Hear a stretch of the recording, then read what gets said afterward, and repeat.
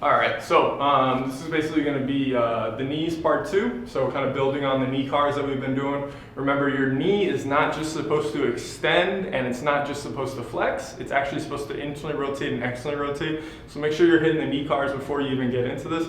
But this is another way to really strengthen them. As simple as it is, you're going to see how hard it actually is. We're just making the knee work like a knee. Okay? So what we're going to do is just like our passive range holds or the hip cars part 2, you're going to go ahead and pull your knee all the way up. We want to kind of keep it here. If you wanted to, you could actually do a passive range hold first. So ready, she's going to tension this up and hold. Now we're going to try to keep our height. She's going to try her best to straighten this leg almost all the way straight, at least 95. If you can get it all the way straight, that's great. And then bring it back. You'll notice that she lost height. That's perfectly fine. But when she brings it back again, I want her to bring it back harder with this hip flexor. So squeeze that all the way up. A couple of things we're looking for. No knee bend on the opposite knee. We want nothing else to change. Just this hip down is working, and really that knee is what's straightening out. As far as the foot positioning, we can do all kinds of ways because I want it to work all ways. Good, that looks a lot like a dancer, right? It's perfectly fine. You want to be able to do both directions and every single way for the foot, okay? So, and just this part is not just bringing the heel back, she's squeezing this so that that heel goes to that butt like a deep squat. You're working on so many things when we're actually just getting strong in the knee. Okay.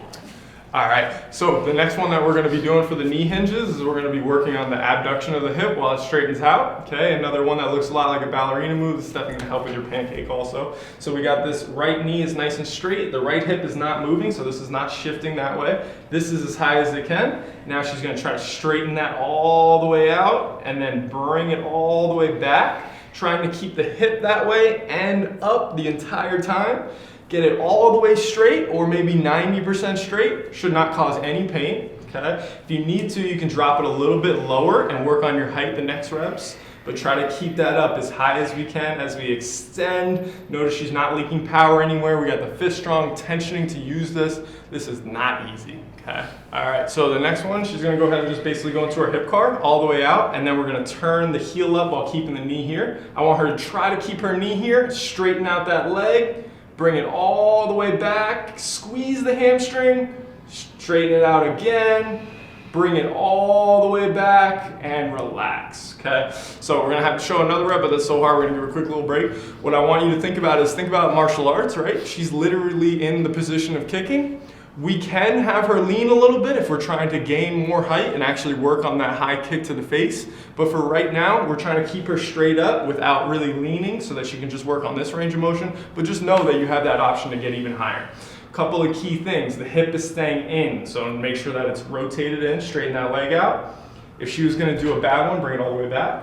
A bad one would look like this, and the hip would start to turn out as she straightens it out. So now we're almost in that second position, not the one we're working on right now. So make sure you keep that there. We want to try our best not to lean, try your best not to lose those abs. As you can see, this is pretty difficult. Just like your cars, if you're compensating a lot, bring the height down, make it a little bit easier, and get better there before you try to take yourself even deeper. Okay, so that's the internal rotation of the hip with the knee hinge.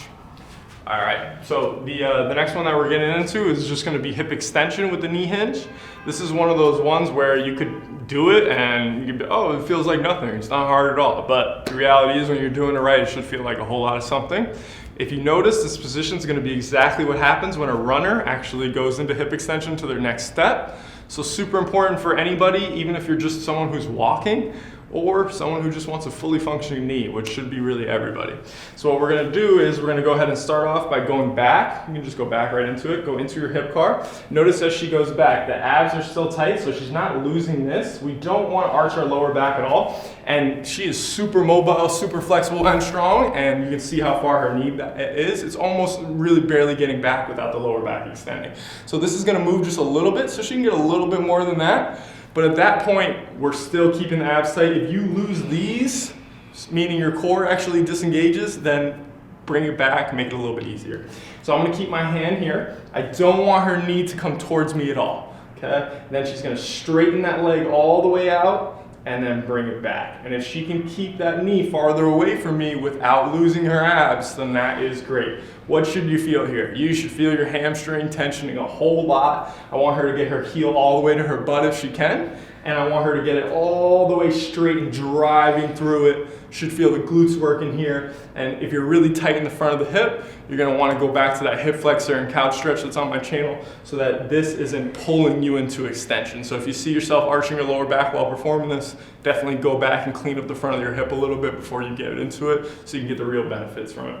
So just nice and slow, looks easy, should not be easy. That's the fourth one, to have your knee working properly. Let us know how those go. Okay, so I just wanted to show you real quick 2 more options. We're just gonna do the abduction and the hip extension one for this, but the same knee hinges that you just saw, we can actually do from the quadruped position. Gonna add a little bit more abs to it, a little bit more upper body involved, but it's still gonna really have your knee work from a different position. I suggest definitely doing all of them. Variability is always key. So what she's gonna do is gonna go through a hip car, so up first, then all the way out as far as she can. Once she's out, she's gonna stay right there.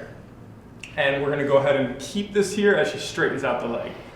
All the way back, and you can get a little touch here so we can make sure that it stays there. Notice that she's curling her hamstring all the way to her butt. Awesome, good. So we're only gonna show you the fourth one, so she's gonna go all the way into hip extension now. So we're trying to keep this knee as far away from the ground as possible without losing the abs and arching the lower back. So we're not arching our lower back, we're straightening that out. You'll feel glutes, hamstrings. Really squeeze that heel all the way to your butt every single rep. Again, this is one of those classic exercises that you see on Instagram when they're done with the right way, with the right tension. Super hard and even more beneficial than just being a fit girl. So really squeeze everything you can out of it on every single rep, and then straighten that all the way out. Again, the toe positioning could be plantar flex or dorsiflex. Do both. Variability is key.